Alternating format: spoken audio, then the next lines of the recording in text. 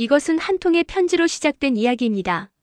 아니, 정확히는 237통의 편지로 이루어진 이야기입니다. 2007년부터 2018년까지 11년 동안 한 여자가 쓴 편지. 그리고 그 편지를 받은 새 아이의 이야기. 이것은 사랑의 이야기입니다. 하지만 동시에 이별의 이야기이기도 합니다. 이것은 희망의 이야기입니다. 하지만 동시에 절망의 이야기이기도 합니다. 이것은 우리 시대 300만 가족의 이야기입니다. 2007년 4월 3일 새벽 4시 30분 전라남도 화순군 북면 중덕리 인구 127명 그중 65세 이상이 89명 초등학생 이하 아이들은 단 7명 대한민국에서 가장 가난한 마을 중 하나 대한민국에서 가장 빠르게 사라지고 있는 마을 중 하나 이곳에서 한 여자가 짐을 쌉니다. 이영숙 36세 새 아이의 엄마 초등학교 졸업이 학력의 전부 평생 농사 외에는 해본 일이 없는 여자. 그녀는 지금 이 집을 떠나려 합니다. 아이들을 두고, 부모님을 두고, 평생 살아온 이 땅을 두고. 왜일까요? 그녀가 아이들을 사랑하지 않아서일까요? 그녀가 부모님을 버리려는 것일까요? 그녀가 고향이 싫어서일까요? 아닙니다. 그녀는 떠납니다. 사랑하기 때문에, 지키기 위해서, 살리기 위해서. 첫째 현수, 8살. 내년이면 초등학교 입학입니다. 책가방값 5만원. 학용품 세트 32,000원. 운동화 28,000원. 체육복 2만원. 합계 13만원. 영숙에게는 없는 돈입니다. 둘째 민지, 6살. 유치원에 다닙니다. 한 달 유치원비 12만원. 지난달 것도 못 냈습니다. 이번 달 것도 낼 수 없습니다. 밀린 유치원비 24만원. 영숙에게는 없는 돈입니다. 셋째 진우, 3살. 아직 분유를 먹습니다. 한 통에 3만원. 한 달에 2통 필요합니다. 한 달 분유값 6만원. 영숙에게는 없는 돈입니다. 그뿐만이 아닙니다. 쌀 한 포대에 15만원. 한 달에 한 포대씩 필요합니다. 전기요금 8만원. 2달째 밀렸습니다. 이번 달까지 안 내면 전기가 끊깁니다. 아니, 이미 끊겼습니다. 일주일 전에. 그래서 지금 이 방에는 촛불 하나만이 타오르고 있습니다. 수도요금 4만원. 이것도 밀렸습니다. 통신비 5만원. 핸드폰이 곧 정지될 예정입니다. 그리고 은행 대출금, 원금 500만원. 이자 매달 18만원. 3개월째 연체 중입니다. 총 필요한 돈 한 달에 최소 80만원. 영숙의 현재 수입, 농사로 버는 돈 한 달 평균 15만원. 부족한 돈 65만원. 이것이 그녀가 떠나야 하는 이유입니다. 전날 밤 영숙은 잠들지 못했습니다. 아이들 옆에 누워 5시간 동안 그들을 바라봤습니다. 현수는 엄마 사진을 가슴에 꼭 안고 잤습니다. 떠난다는 걸 알고 있었으니까요. 하지만 울지 않았습니다. 형이니까, 오빠니까, 강해야 한다고 생각했으니까. 민지는 엄지손가락을 빨며 잤습니다. 3살 때부터 시작된 습관입니다. 엄마가 없어서 불안할 때마다 엄지손가락이 엄마를 대신했습니다. 진우는 잠꼬대로 엄마를 불렀습니다. 엄마, 엄마. 하루에도 10번, 20번. 깨어있을 때보다 잠에서 더 자주 엄마를 찾았습니다. 영숙은 손으로 입을 막았습니다. 소리내어 울면 아이들이 깰까봐. 그녀는 속으로 중얼거렸습니다. 미안해, 현수야. 엄마가 미안해. 미안해, 민지야. 엄마가 미안해. 미안해, 진우야. 엄마가 미안해. 그리고 마지막으로 한 가지 약속을 했습니다. 1년만. 딱 1년만 일하고 올게. 돈 벌어서 빚 갚고 너희 학교 보내고 그러면 돌아올게. 1년만 기다려줘. 하지만 그녀는 몰랐습니다. 그 1년이 11년이 될 줄은. 그리고 그 11년이 이 아이들의 인생에서 엄마가 사라지기에 충분한 시간이었다. 새벽 5시. 영숙은 조용히 일어났습니다. 아이들을 깨우지 않으려고 소리 하나 내지 않으며 옷을 입었습니다. 가장 깨끗한 옷, 유일하게 구멍 나지 않은 옷. 도시로 가는 날이니까 가방을 챙겼습니다. 옷가지 서너 벌, 속옷 2벌, 세면도구, 수건 하나, 그리고 아이들 사진 한 장. 그게 전부였습니다. 36년을 살아온 인생의 짐이 가방 하나에 다 들어갔습니다. 마당에는 시어머니가 기다리고 있었습니다. 김순덕 71세. 일제강점기에 태어나 6.25 전쟁을 겪고 보릿고개를 견뎌낸 여자. 2 아들을 낳아 키우고 며느리 2을 맞아들여 살림을 꾸려온 여자. 이제 그녀는 며느리를 떠나보내야 했습니다. 떨리는 목소리. 딸아. 순덕은 딸아라는 한마디밖에 하지 못했습니다. 그 다음 말이 목구멍에서 나오지 않았습니다. 그녀도 알고 있었으니까요. 며느리의 선택이 옳다는 것을.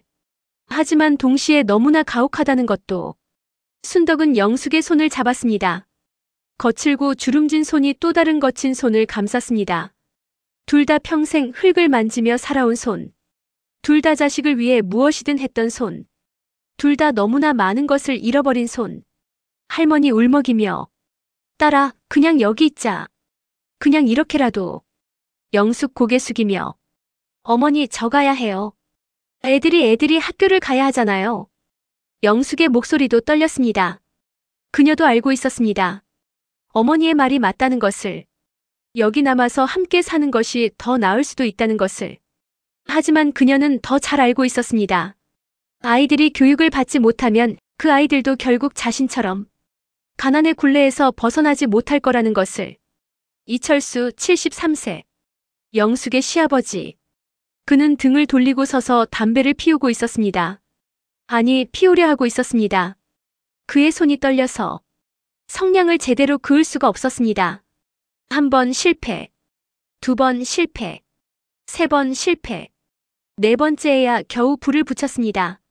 전쟁터에서도 떨리지 않았던 그 손이 며느리를 떠나보내는 이 새벽에는 한 개비 담배에 불을 붙이는 것조차 힘겨웠습니다.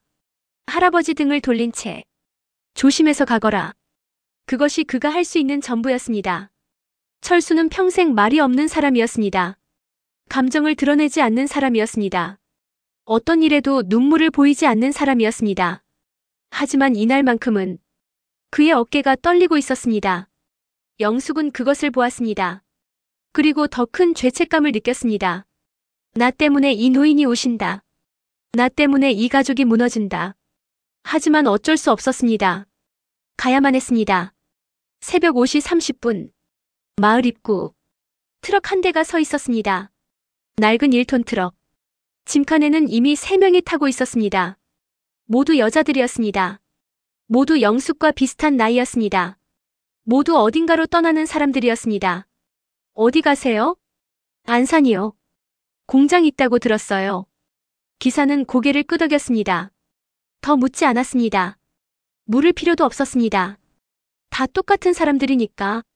다 똑같은 이유로 떠나는 사람들이니까. 트럭이 천천히 움직이기 시작했습니다. 영숙은 뒤를 돌아보지 않았습니다. 돌아보면 못 갈 것 같았으니까. 하지만 그녀는 몰랐습니다. 바로 그 순간 집 2층 작은 창문에서 누군가가 지켜보고 있었다는 것을. 현수였습니다. 8살 아이는 창문 틈으로 엄마가 탄 트럭을 바라봤습니다. 소리 없이 울면서, 손을 흔들면서, 아무도 볼 수 없게. 그리고 속으로 중얼거렸습니다. 엄마 안녕. 빨리 돌아와. 기다릴게. 트럭은 마을을 빠져나갔습니다. 좁은 시골길을 지나 국도로 접어들었습니다.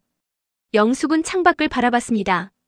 지나가는 논밭, 지나가는 산들, 지나가는 고향의 모든 것들.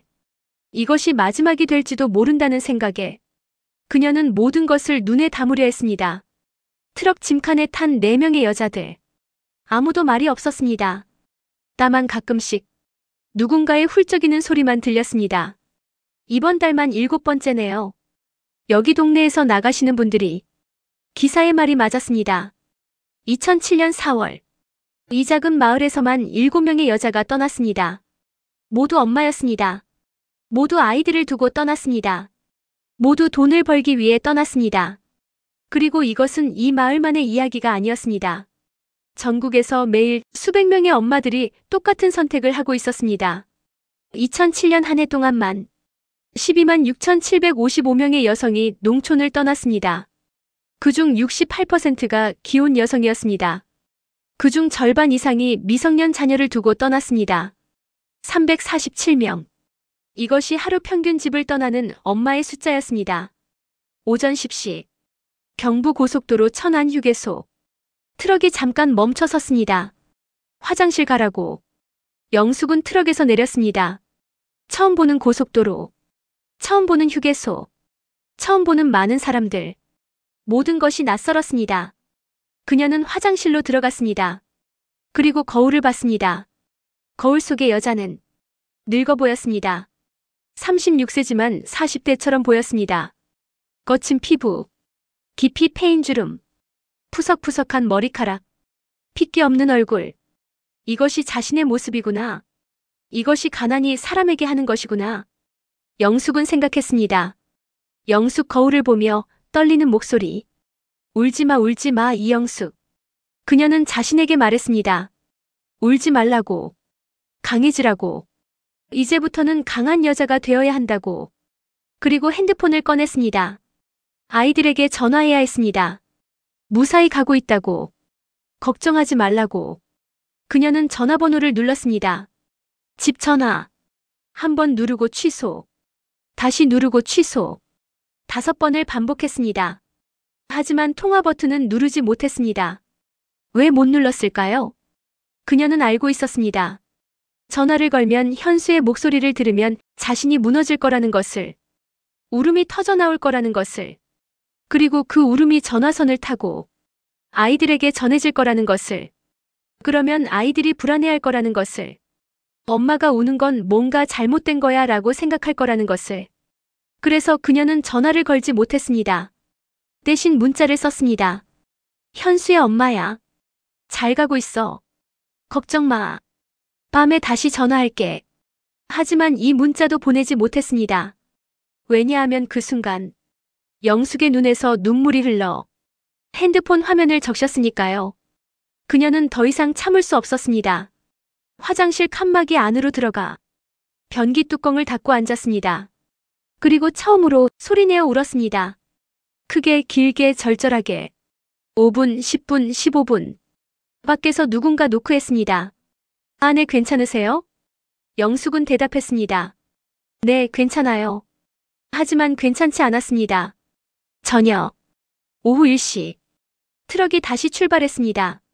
영숙은 눈이 퉁퉁 부어 있었습니다. 다른 여자들도 마찬가지였습니다. 아무도 말하지 않았지만 모두 알고 있었습니다.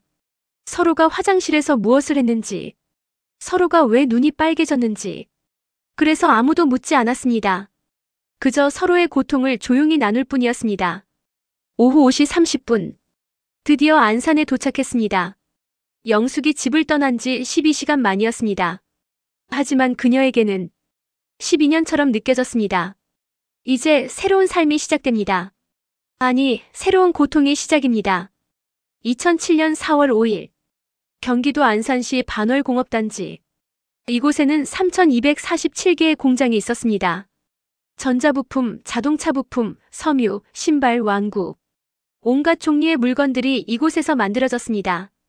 그리고 약 8만 명의 노동자가 있었습니다. 그중 절반이 여성.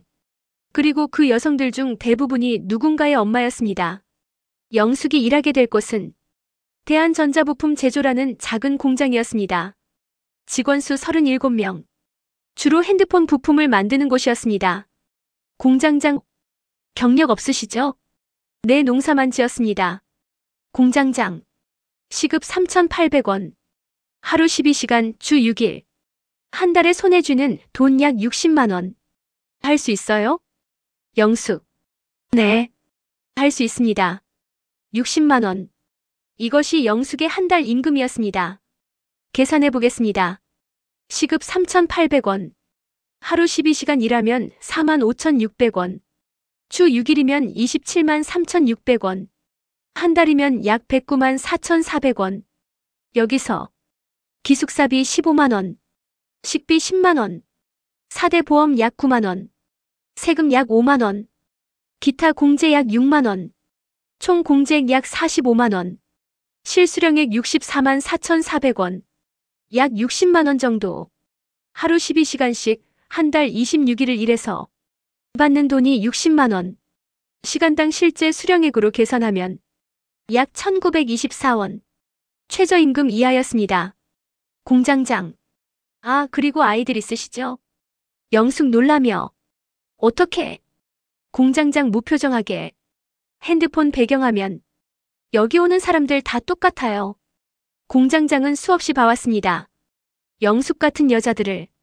핸드폰 배경화면이 아이들 사진인 여자들. 멀리서 와서 기숙사에 들어가는 여자들. 밤에 혼자 울고 아침에 눈이 퉁퉁 부어서 나오는 여자들. 한 달에 서너 명씩 들어왔습니다. 그리고 한 달에 한두 명씩 그만뒀습니다. 못 버텨서. 아이들이 보고 싶어서. 혹은 쓰러져서. 내일 아침 6시까지 작업장으로 나오세요.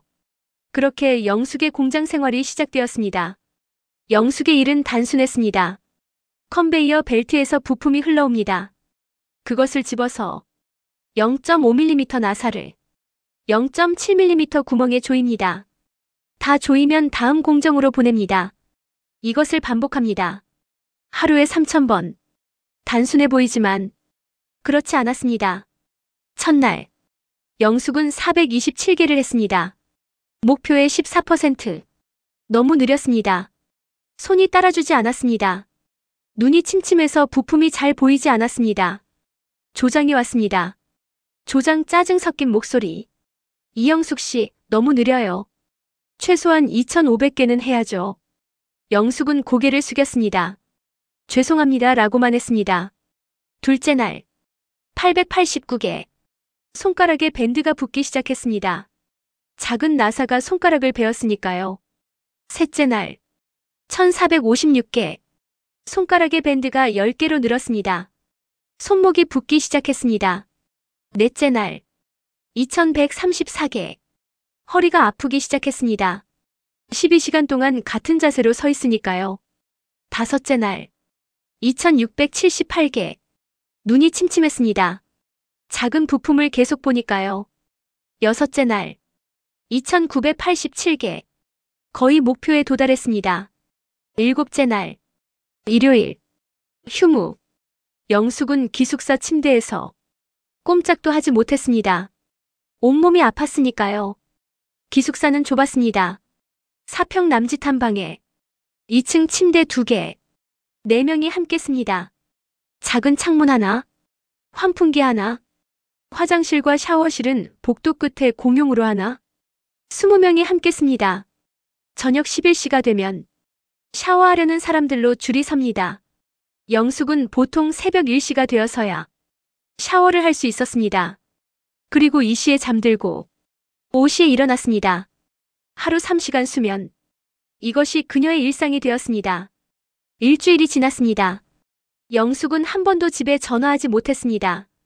밤 11시에 일이 끝나면 아이들은 이미 자고 있을 시간.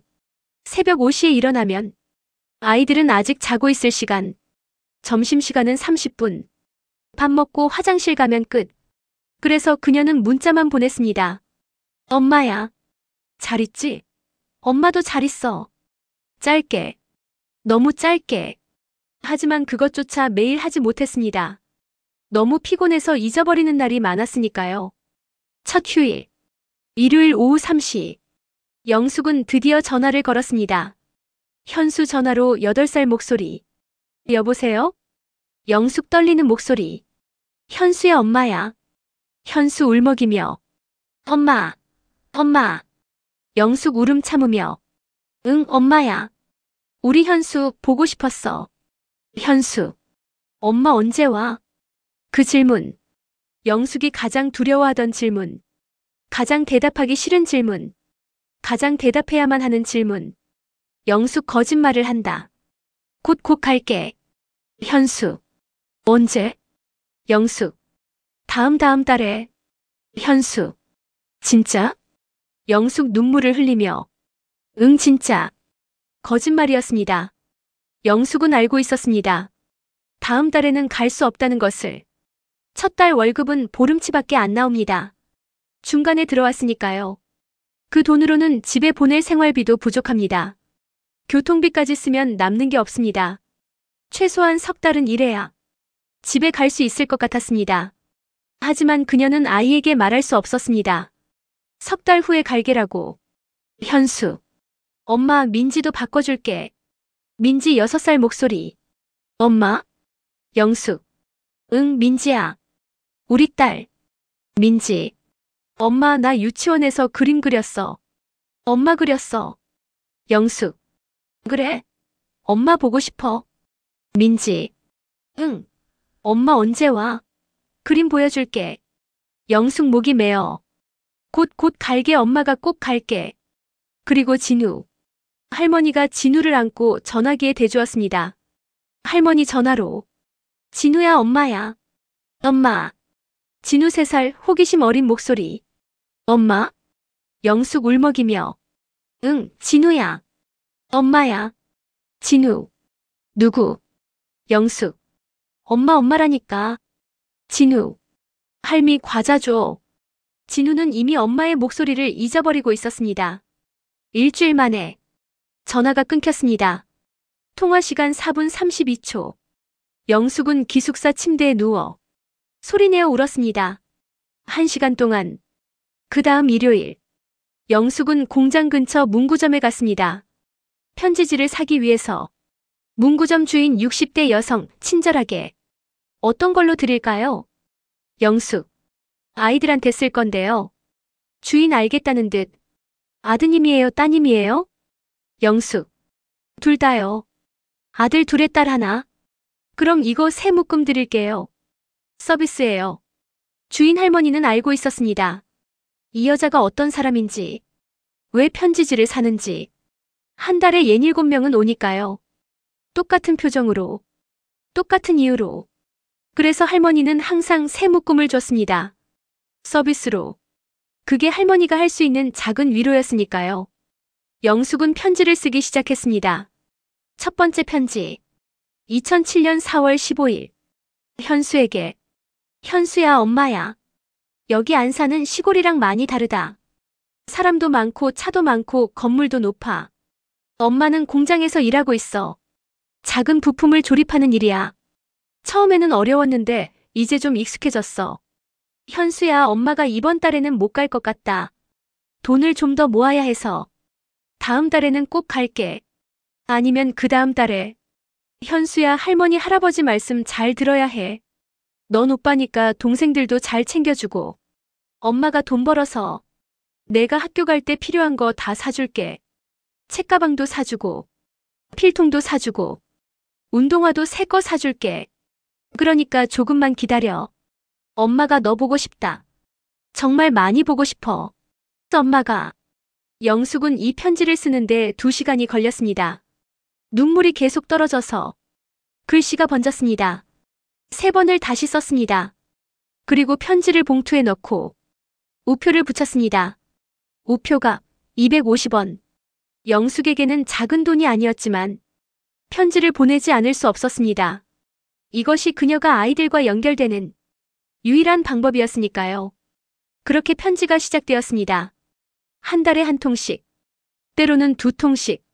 2007년 4월부터 2018년 3월까지 11년 동안 영숙이 아이들에게 보낸 편지 총 237통.